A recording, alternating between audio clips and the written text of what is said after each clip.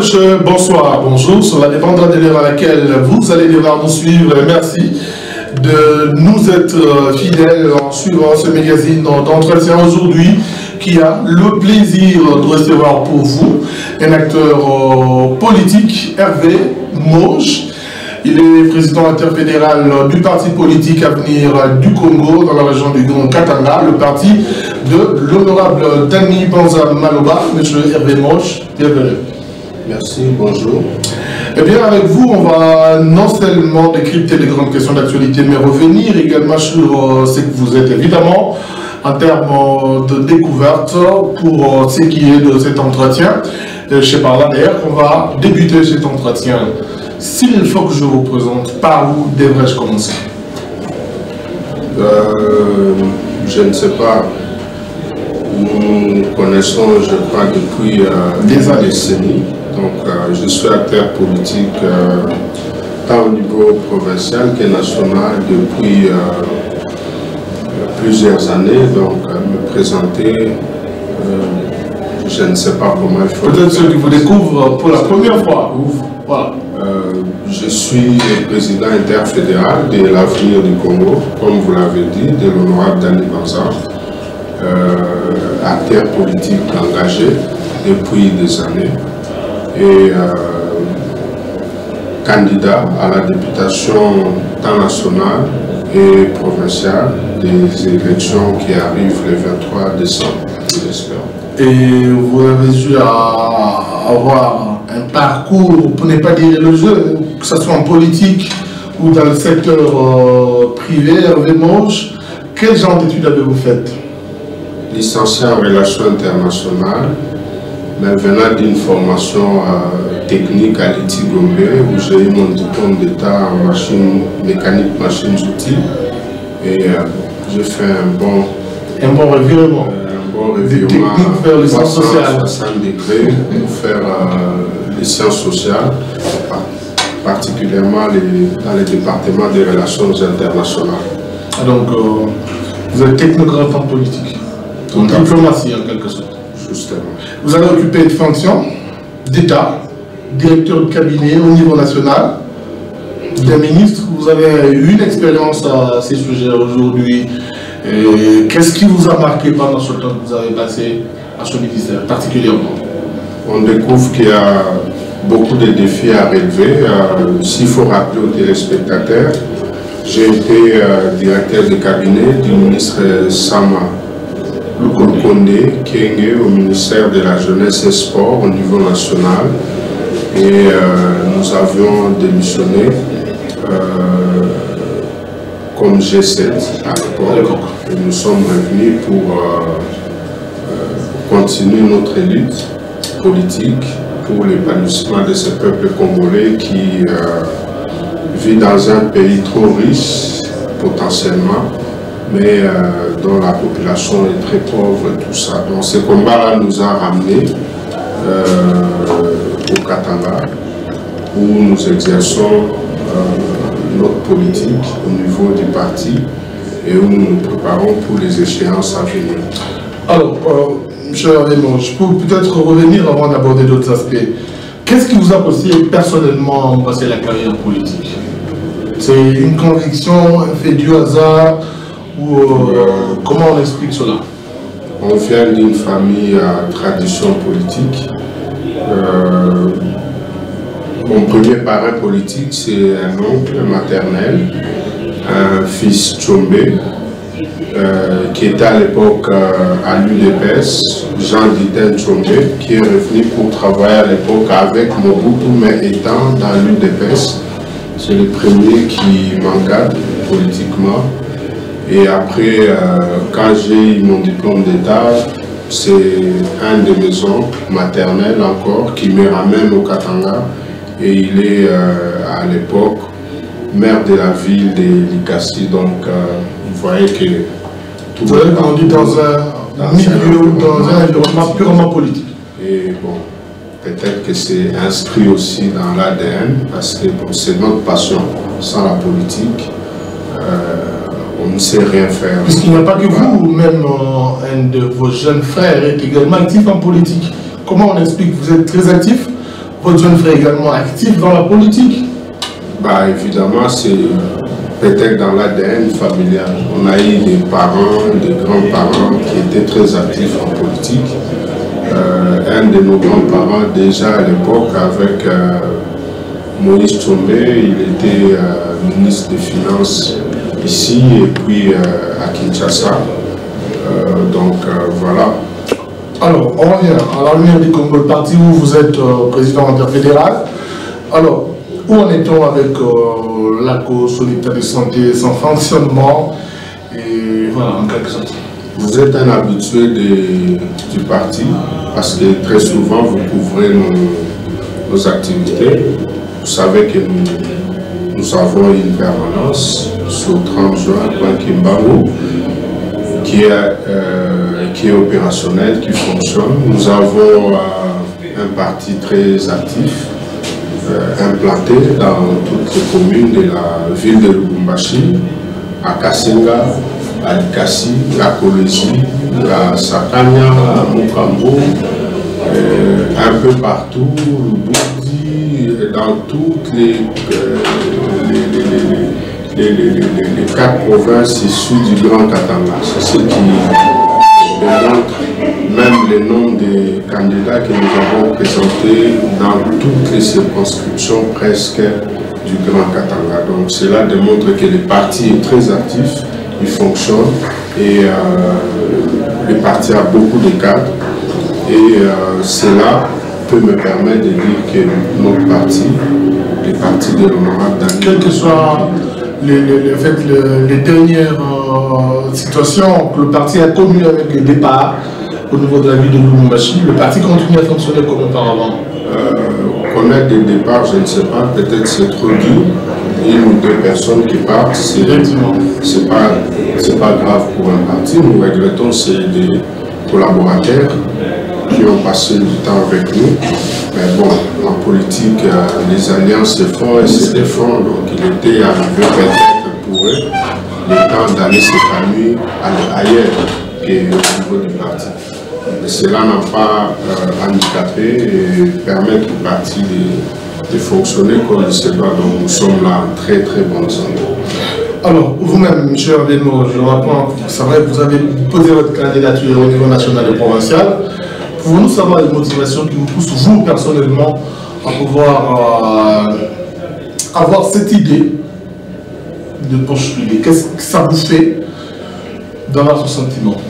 Dans une démocratie normale, comme vous l'avez souligné, on a eu à le souligner à l'époque, j'ai une expérience gouvernementale au niveau national. Et quelques temps passés, je me suis rendu compte que nous avons certes des lois qui datent des années coloniales, des lois qui ont été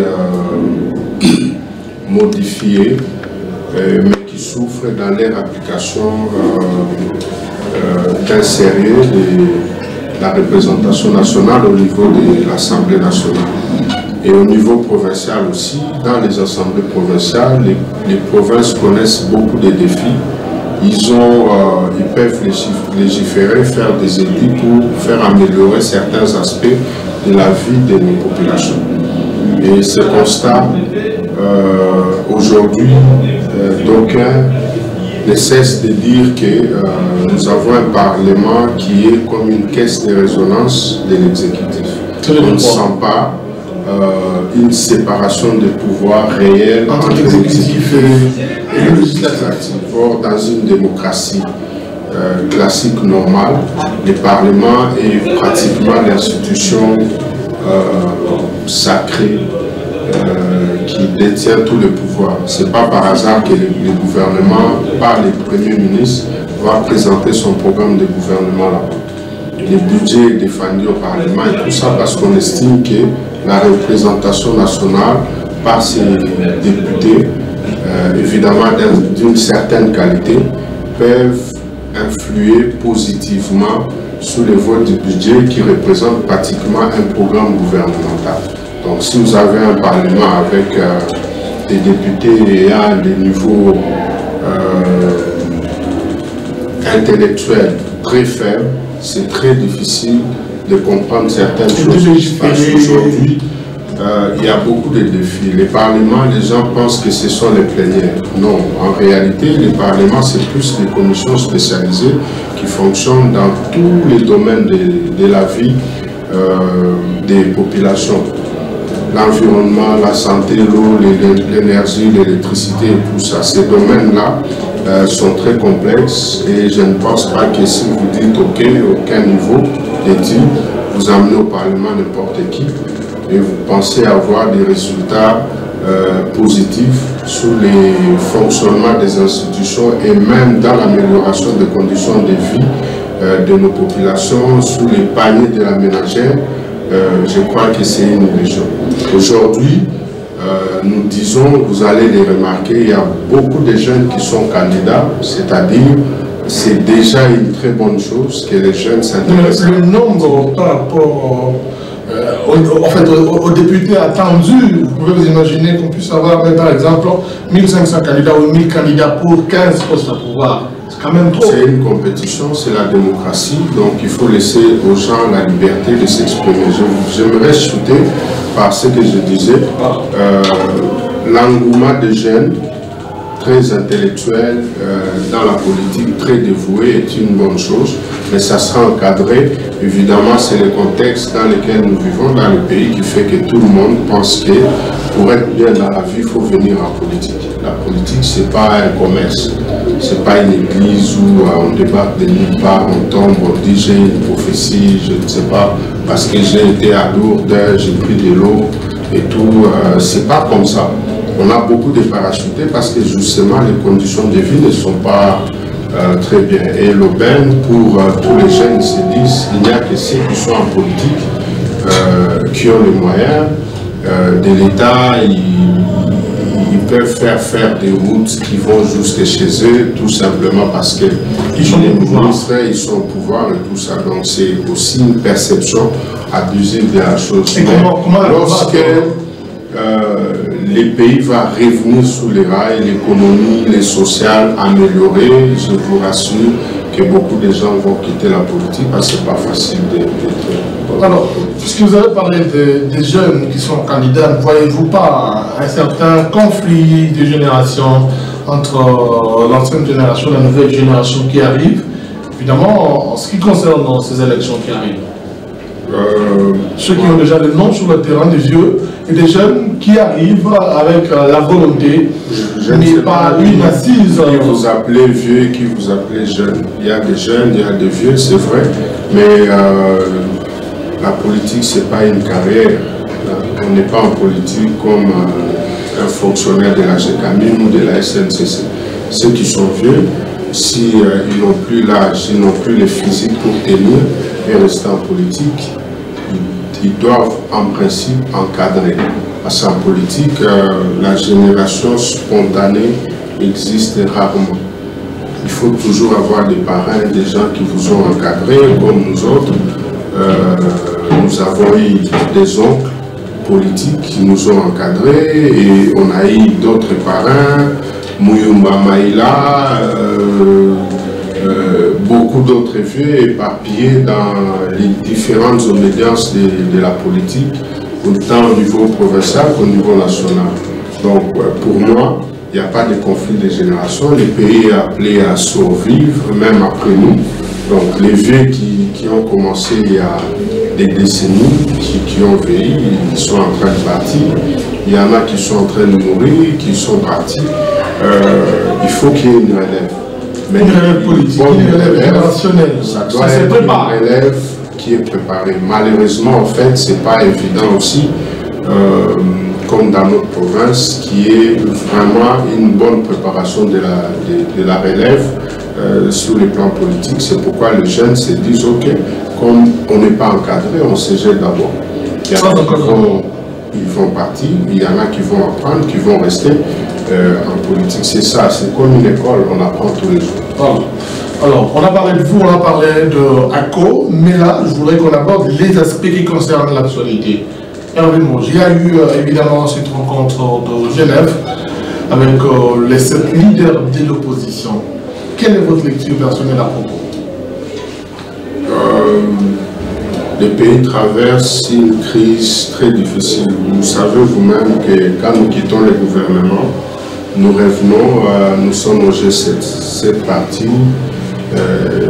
et puis il y a eu Genval, les rassemblements avec le président Etienne Tshisekedi qui est mort, remplacé par son fils Félix, et puis il y a eu naissance ensemble, et puis il y a eu tout un tas d'événements qui se sont passés, qui ont tellement bouleversé les milieux politiques qu'aujourd'hui nous avons une crise post-électorale où les uns ne veulent pas aux élections parce qu'il y a la machine, parce qu'il y a un fichier corrompu, 10 millions de cas identifiés, selon si la CENI lance les go. Le vendredi prochain, si on s'est choisi un candidat, si Fayoulou n'est pas parce que apparemment nous allons aux élections avec la machine. On n'a pas de bulletin, donc si c'est la machine et les fichiers électoraux, lui n'est pas, il est non partant. Les deux qui arrivent, qui ont retiré leur signature de Genève, qu'est-ce qu'ils vont faire? Ils vont coaliser, on nous apprend dans les réseaux peut-être qu'ils vont revenir ensemble ou séparément, on ne sait pas qu'est-ce qui va se passer. Il faut encore observer le week-end, s'ils reviennent ensemble, c'est qu'il y a déjà quelques contacts, comment vont-ils faire, parce que c'est leur base respective qui a refusé la signature. Et plus particulièrement, je voulais parler de l'argument dont s'est parlé Vital Kamerhe. Il a justement remis en cause le mode de désignation du candidat commun, qui n'a pas respecté les clauses de ce qui avait été arrêté depuis l'Afrique du Sud. On devait parler de la popularité et tous les autres critères qui n'ont pas été pratiquement suivis. En lieu de place, ils ont procédé par autre chose. Donc personne ne sait, quand on allait à Pretoria, ils allaient à Genève pour l'opinion nationale et internationale, c'était choisir un candidat commun. C'est évident, pour choisir un candidat commun, il y a un profil. Avait-il défini un type de profil et tout ça? Comment ils ont fait pour donner plus de poids aux invalidés dans le choix d'un candidat commun? Donc il y avait des validés. Oui, justement. Il y a tellement de questions autour de ça. C'est pourquoi je dis l'avenir nous donnera beaucoup plus de précisions sur ça. Mode de désignation et tout ça, donc ils ont été d'accord à Pretoria, donc à Genève. À mon sens, j'imagine que si ils avaient constaté que le mode de vote n'était pas celui qui avait été adopté à Pretoria, en politique responsable, ils devaient dire non, on ne vote pas. Il faut revenir sur les acquis de Pretoria et consorts. On ne signe aussi pas des documents aussi graves avec des engagements aussi graves où cette personne engage 80 millions de Congolais sur une transition de 2 ans. De 2 ans, on dit les élections ici. Ce serait un gaspillage, pratiquement de moyens. 1 milliard de Le pays a besoin de décoller sur le plan économique. Bon, 2 ans après, je ne sais pas comment ils allaient faire pour réorganiser les élections. C'est tellement ambigu jusque-là, c'est très confus. On n'a pas trop d'éclaircissement, c'est pourquoi j'aimerais que ces questions-là soient traitées peut-être plus tard, à l'avenir, quand on aura beaucoup plus de détails. Alors, nous sommes en train de chuter déjà avec cet entretien. Quel est le message clé que vous avez pour non seulement les militants de ACO, mais aussi tous les Louchois qui vous suivent? À tous les Louchois qui nous connaissent, qui nous suivent depuis des années, qui continuent à nous faire confiance. Nous avons sacrifié notre jeunesse pour cette République. On ne fait pas beaucoup allusion à ce qui a été fait, avoir des jeunes du gouvernement qui démissionnent pour revenir se battre à côté de son peuple. Et c'est pas facile de démissionner. C'est pas évident. Cette province a connu le professeur Ndabulu, à l'époque qui était ministre, qui a démissionné. Le ministre Sama, le jeune, a démissionné. Nous sommes rentrés pour faire les combats au G7, rassemblement. Et ACO aujourd'hui reste très cohérent dans son combat. au choix de nous faire confiance, de choisir les candidats à court, partout ils les verront. Si élection il y a, faites-nous confiance. Comme vous l'avez toujours fait, nous allons défendre les intérêts de la population comme nous l'avons toujours fait au Parlement national et aux assemblées, différentes assemblées provinciales. Aux militants de notre parti, c'est comme d'habitude, c'est le moment d'être mobilisé parce que le combat commence dans quelques jours. C'est une campagne d'un mois qui va sûrement commencer si la CENI donne le go. Et il faut être mobilisé, mobiliser vos bases, nos bases, vos troupes, vos familles, les amis et tout ça à être derrière nous. Donc voilà. Merci d'avoir accepté notre invitation, M. Hervé-Mouche. Merci, M. José. J'espère qu'on va se revoir très prochainement pour approfondir certains aspects des questions qui ont été abordées ici, qui n'ont pas eu de réponse. Voilà. Madame, M. le magazine d'entretien sans faire, nous avons échangé avec M. Hervé-Mouche, que nous vous avons présenté évidemment son parcours, mais aussi cet autre aspect qui concerne l'actualité. On se retrouve la prochaine fois avec le même réel plaisir de vous servir. Au revoir.